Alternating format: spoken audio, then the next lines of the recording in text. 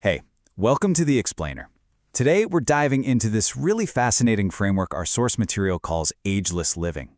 And look, this isn't just about trying to live longer, it's about completely changing the quality of the years you have by blending science, some pretty deep metaphysical ideas, and, actual steps you can take every day. So let's jump right in with the big idea that frames this entire blueprint. So right off the bat, this quote sets a really profound tone, doesn't it? It completely flips the script. We're not talking about fighting against aging anymore. Instead, we're talking about realizing something much bigger, our own infinite potential. It suggests that being ageless is a state of being, a type of consciousness that we can actually step into and embody. So here's the absolute core of it. Ageless living, according to this blueprint, is all about alignment. Just imagine three massive gears: your mind, your body, and your spirit. The goal is to get them to mesh perfectly with the larger machinery of the universe. We're talking about a state of total harmony, not just a random collection of health hacks. All right, so where do we even begin with something this big? Well, our journey starts with the most tangible part of us, the physical body. And I love the metaphor the source uses here. It calls this first phase tuning the instrument. It's a great way to think about it, right? Before you can play any beautiful music, you got to make sure your instrument is perfectly tuned up and ready to go. And where does that tuning process start? Well, it begins at the most fundamental level you can possibly imagine, inside our very own cells. So the goal isn't just looking healthy on the surface, it's about optimizing the literal building blocks of our body, getting them to repair and regenerate from the inside out. Now, this is what I find so helpful. It's not just a vague idea. The blueprint breaks cellular health down into these three clear pillars. First, you alkalize your system with things like leafy greens to cut down on acidity and inflammation.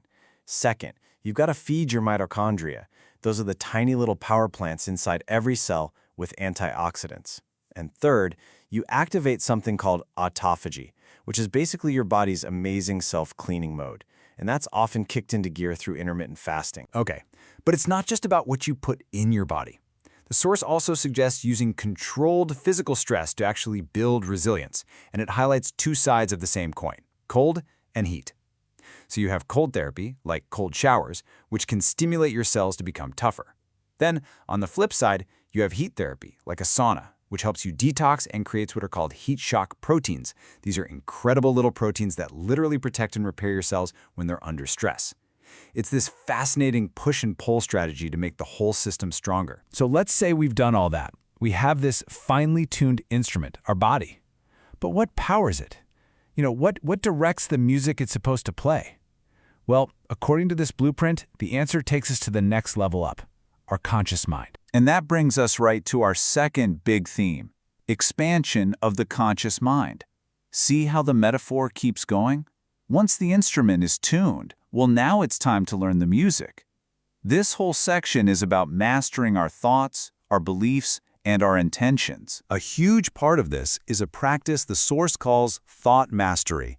The idea is to consciously find and replace those limiting beliefs we all have about getting older with powerful affirmations. Something simple like repeating, "I am timeless and resilient."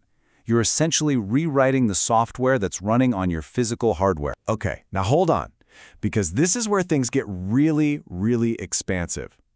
The source lays out these practices to achieve what it calls quantum coherence, which is basically a state where your mental energy and your physical body are in perfect sync. This includes things like visualizing yourselves as being perfectly healthy, or using deep meditation to get into a theta brainwave state, which is that super relaxed creative space, or just getting lost in activities that put you in a flow state. It's a whole toolkit for directing your mind to actively support your body. All right, so your instrument is tuned. You've learned the music. The final step in this whole blueprint is integration. It's all about taking your own individual performance and learning to play in perfect harmony with the entire cosmic orchestra. This is where the personal really connects with the universal. So how in the world do you do that? I mean, that sounds huge, right? Well, one really practical way is to sync up with the planet's most basic rhythm, the daily cycle of the sun. The blueprint suggests really simple things, like getting up with the sun, getting some sunlight midday, and maybe even using red light in the evening to mimic a sunset. It's all about aligning your personal body clock with the planet's clock. And here's another one that's just so simple but really profound. Earthing. The whole idea is to connect your body directly to the Earth's electromagnetic field, and you can do that just by walking barefoot on grass or sand.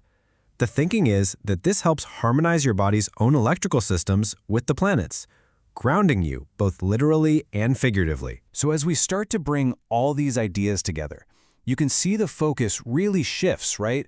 It moves away from just being a passive passenger in life to becoming an active co-creator of your own reality. And that is the absolute peak of this path to timelessness. And it all comes together with these final commitments. Because the point of all this hard-earned vitality and wisdom isn't just to keep it for yourself. It's meant to be channeled outward, into lifelong learning, into serving other people, into building deep connections, and of course, into cultivating joy. It's how your own personal harmony starts to create a positive ripple effect out in the world. And that leaves us with this final, really provocative question from the source material. After looking at this entire blueprint, it's asking us to think about our own role.